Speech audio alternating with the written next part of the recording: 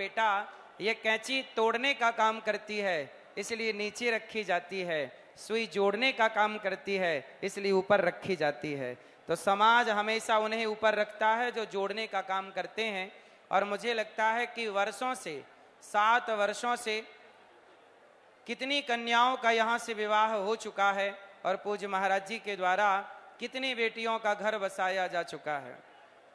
भगवान से यही प्रार्थना है किसी तरह सनातन की आप सेवा करते रहें और केवल बेटियों का विवाह ही नहीं, इतना बड़ा कैंसर हॉस्पिटल बनाकर कितने लोगों को चिकित्सा देंगे और कितने लोगों को भटके हुए समाज को सनातन से जोड़कर समाज की जो सेवा पूज्य महाराज जी ने की है, पूज्य श्री धीरेन्द्र कृष्ण शास्त्री जी ने की है। एक बार तालियां बजा के पूज्य महाराज जी का हम वंदन अभिनंदन करें। इस देश को ऐसे ही महापुरुषों की जरूरत है जो कि समाज को जोड़ने का काम करें।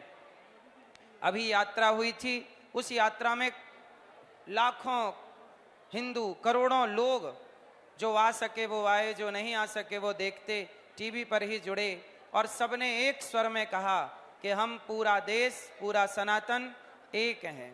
जब तक कहते ना, जहां सुमति तहां संपत्ति नाना, जहां कुमति तहां विपत्ति निदाना, जब तक हम संगठित नहीं होंगे तब तक हमारे देश का कल्याण नहीं होगा। इसलिए हम सबको परिवार में भी रहना है तो संगठित होकर रहना है, समाज में, राष्ट्र में भी रहना है तो संगठित होकर रहना है। और ये संगठित होकर रहने की प्रेरणा श्री हनुमान जी महाराज बागेश्वर धाम सरकार सन्यासी बाबा पूज्य महाराज जी को दे रहे हैं और ये वही कार्य कर रहे हैं। हम पुनः यहाँ बेटियों को और वर को, बेटी वर वधू को बधाई देते हैं कि आप लोगों का यह वैवाहिक जीवन सदा खुशियों से भरा रहे, सदा भगवान के चिंतन से भरा रहे।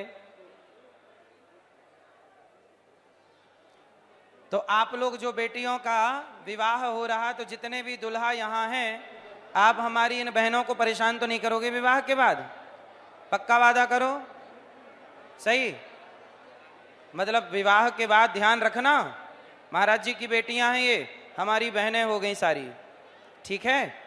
तो हमारी बहनों का ख्याल रखो कि सारे दुल्हा हमसे बात करेंगे, तो हमारी बहनों को खुश रखोगे। कौन कौन दुल्हा खुश रखेंगे? लड़ाई तो नहीं करेंगे?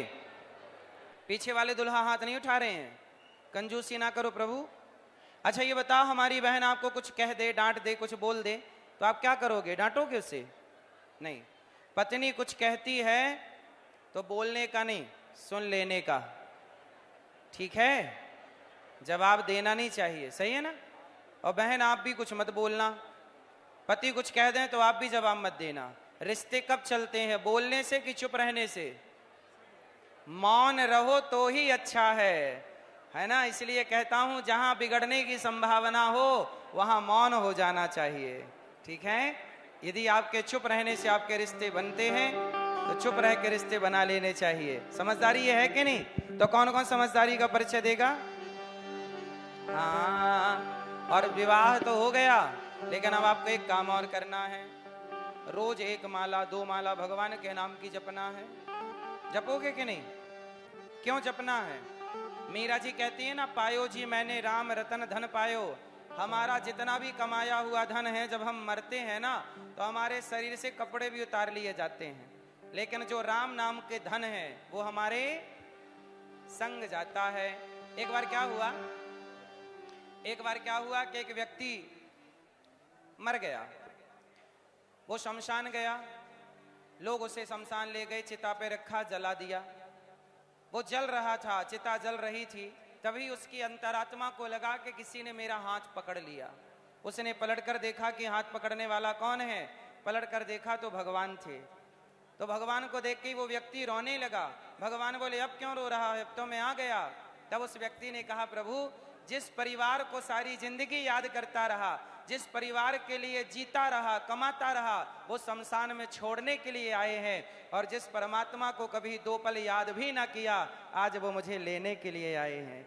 ये याद रखिएगा कि संसार में इतने मस्त ना हो जाइएगा कि उस परमात्मा को भूल जाओ जिसने हमें संसार में भेजा है, ठीक है?